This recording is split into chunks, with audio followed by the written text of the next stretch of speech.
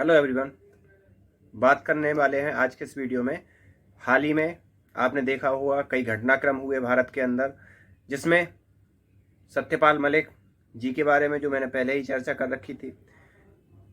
उसके बाद यूपी में अतीक अहमद का मारा जाना, जो कि भूतपूर्व सांसद भी रहे हैं। साथ ही साथ कई चीज़ों में, कई धाराओं में उस पर केस भी दर्ज थे। तो अतीक अहमद का मारा जाना, लेकिन इन सब के बीच में एक प्रमुख खबर निकलकर सामने आती है। वो खबर दिल्ली से आती है, आम आदमी पार्टी के बारे में। और आम आदमी पार्टी के बारे में ही नहीं, आम आदमी पार्टी के मुखिया अरविंद केजरीवाल के बारे में। आपको मालूम होगा, आम आदमी पार्टी के दो प्रमुख नेता पीयूष जैन और मनीष सिसोदिया वर्तमान में ईडी के कारण और कुछ मनी लॉन्ड्रिंग के कारण, जिसमें हमारी एनफोर्समेंट डायरेक्टरेट उस चीज़ की जांच कर रही है। तो उन सब चीज़ों के कारण कानूनी पचड़े में पड़े हैं और वर्तमान में वो जेल में है। फाइनेंशियल घोटाले या फाइनेंशियल हेर फेर के कारण वो अभी जेल में है। लेकिन अब बात किस पर आ गई है? अरविंद केजरीवाल पर। थोड़ी सी पॉलिटिकल चर्चा है। पॉलिटिकल चर्चा क्यों है? क्योंकि 2011 में अरविंद केजरीवाल जी अन्ना के आंदोलन की उपज है। आम आदमी पार्टी ही अन्ना के आंदोलन की उपज है, और उस आंदोलन की उपज का परिणाम है अरविंद केजरीवाल वर्तमान में मुख्यमंत्री बने हुए हैं दिल्ली के। उसमें भी इन्होंने क्या किया? पहले चुनाव में जो आम आदमी पार्टी ने सबसे पहला चुनाव लड़ा दिल्ली में, वो उन्होंने लड़ा बीजेपी वर्सेस आम आदमी पार्टी था। कांग्रेस का कोई रोल नहीं था, जिसमें बीजेपी की बहुत अच्छी सीटें आई थी, बट ये नहीं कह सकते कि बहुमत आया था बीजेपी का। आम आदमी पार्टी ने भी अच्छा टक्कर दिया था। और आम आदमी पार्टी ने क्या किया? कांग्रेस के साथ सरकार बना ली और तुरंत कुछ ऐसे निर्णय लिए। मुख्यमंत्री अरविंद केजरीवाल ही बने, इसी शर्त पर सरकार बनी। और कुछ ऐसे नायक मूवी आपने देखी होगी अनिल कपूर की, उस टाइप से कुछ निर्णय लिए और 2-7 दिन में ही सरकार क्या कर दी? गिरा दी।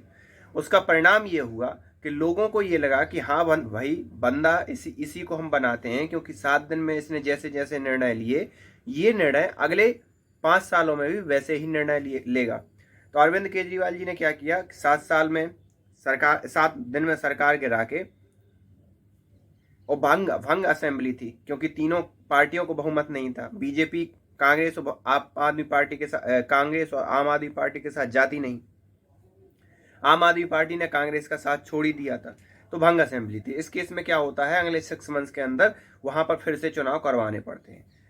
फिर जब फिर से चुनाव हुए 7 दिन के दरमियान के बाद, तो वहां पर क्या देखने को मिलता है कि एक क्लीन स्वीप देखने को मिलता है आम आदमी पार्टी का। और उसमें 67 सीट के साथ 70 सीटों वाली विधानसभा दिल्ली, 67 सीटें कौन ले जाता है? आम आदमी पार्टी। और वो सिर्फ उस 7 दिन के निर्णय का परिणाम था। उसके बाद बिजली फ्री, पानी फ्री और कई चीज़ें फ्री, जब फ्री वाली पॉलिटिक्स जब खेली गई, तो एक बात हमेशा याद रखना, अगर आप डायरेक्टली किसी चीज़ को पे नहीं कर रहे हो, तो आप इनडायरेक्टली किसी चीज़ को पे करोगे। आपकी आने वाली जनरेशन उस चीज़ को पे करेंगी। इसका जीता जागता उदाहरण ये है कि अगर मान लो गवर्नमेंट आपके इंफ्रास्ट्रक्चर, आपको बहुत सी चीज़ें फ्री दे रही है, तो वो कहीं ना कहीं से तो कटौती करेगी, क्योंकि गवर्नमेंट के पास पैसा आपके टैक्स से ही आता है। जब वो कहीं ना कहीं से कटौती करेगी, तो वो इंफ्रास्ट्रक्चर डेवलपमेंट पर कम खर्च करेगी। जब इंफ्रास्ट्रक्चर डेवलपमेंट पर कम खर्च करेगी, तो जो बिजनेसमैन है वो पैसा अपना नहीं डालेंगे उस पर्टिकुलर एरिया में।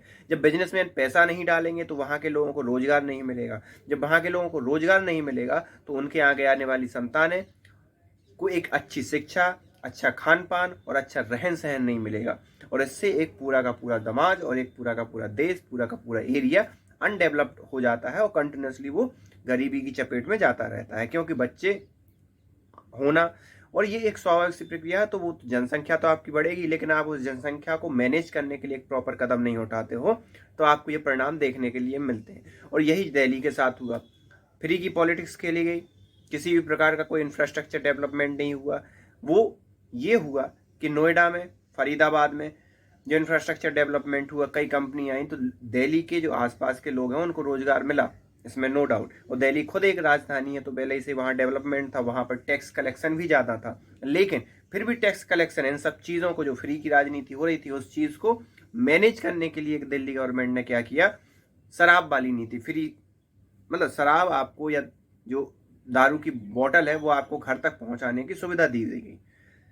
हर कुछ किलोमीटर पर ज़्यादा से ज़्यादा शराब की दुकानें खोली गई, जिससे कि लोग ज़्यादा से ज़्यादा शराब खरीदें। और उस पर कुछ ऐसी नीतियां लगाई गई, ऐसे नियम बनाए गए कि जिसमें दिल्ली गवर्नमेंट को ब्लैक मनी के तौर पर पैसा आ जाए। और वो ब्लैक मनी के तौर पर पैसा जब भी आता है तो वो कहाँ जाता है, ये आप सभी हम जानते हैं। और उसी कारण ये ईडी क्या कर रही है, तलाश कर रही थी। तो ये तो हो गया मनीष सिसोदिया के केस। वर्तमान में भारतीय जनता पार्टी के विपक्षी पार्टी, मुख्य रूप से विपक्षी पार्टी भारतीय जनता पार्टी है, तो उसने ये आरोप लगाया है कि जो आम आदमी पार्टी है, आम आदमी पार्टी के जो मुखिया हैं अरविंद केजरीवाल, जो 2011 में इस बिसात पर, इस दम पर चुनाव जीत कर आए थे कि भाई हम आम आदमी पार्टी हैं, हम आम आदमी हैं, आम आदमी ही रहेंगे, आम आदमी की तरह है जीवन जिएंगे। लेकिन आप वर्तमान में, और हाँ, लाल बत्ती का भी इस्तेमाल नहीं करेंगे। वर्तमान में उनके घर की अगर वैल्यू देखी जाए, उसमें घर के अंदर इंटीरियर जो लगा है उसकी वैल्यू आंकी जाए या उसका खर्चा आंका जाए, तो लगभग घर और ऑफिस का खर्चा मिला के लगभग न्यूज पोर्टल्स के अनुसार अगर देखा जाए तो 45 करोड़ 36 से 45 करोड़ मिलता है। अब देखना यह है वास्तविकता कितनी है, और इसी चीज को लेकर आम आदमी पार्टी के अरविंद केजरीवाल जी को घेरा जा रहा है। क्या राजनीतिक उसमें लाभ मिलता है, क्या होता है, आगे आने वाला समय बताएगा। लेकिन आप इस बारे में क्या सोचते हैं कि बंदे ने फ्री की राजनीति करके इंफ्रास्ट्रक्चर डेवलपमेंट का पैसा फ्री की राजनीति में लगा दिया, और जो यहां वहां से जो पैसा अलग अलग नीतियों से लिया, क्या वो घर में लगा दिया या खुद के पर्सनल उपयोग के लिए खर्च कर दिया? ये आप मुझे कमेंट करके बता सकते हैं। मिलते हैं नेक्स्ट वीडियो में, तब तक।